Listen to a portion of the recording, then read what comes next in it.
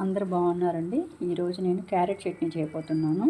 దానికి కావాల్సినవి కొంచెం ఆయిల్ వేడెక్కిన తర్వాత ధనియాలు, జీలకర్ర, కరివేపాకు, ఎండుమిరపకాయలు ఇవి కొంచెం ఫ్రై అయిన తర్వాత క్యారెట్లు,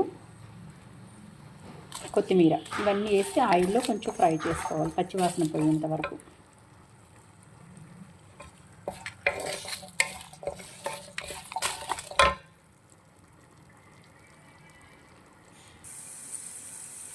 గార్లిక్ వేసుకోవాలండి. కొంచెం గార్లిక్ ఎక్కువ వేసుకుంటాను, బాగా తింటాను గార్లిక్.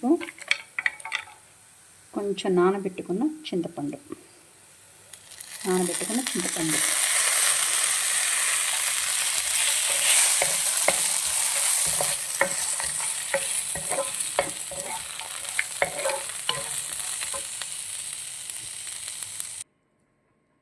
చల్లారిపోయినాక మిక్సీకి వేసుకోవాలండి.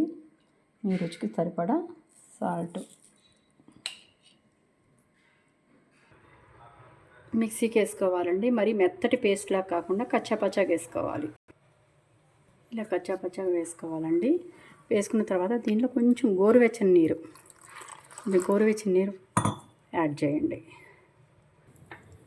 ఆల్మోస్ట్ రెడీ అయిపోయిందండి. మిక్సీలో తీసుకున్న తర్వాత పోపు పెట్టుకోవాలి.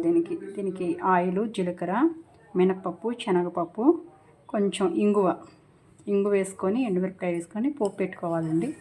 పోపు పెట్టుకొని దీనికి యాడ్ చేసుకోవడం చాలా వేడివేడి అన్నంకి చాలా బాగుంటుందండి. 100% ట్రై చేయండి.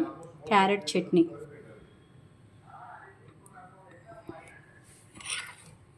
చట్నీ రెడీ.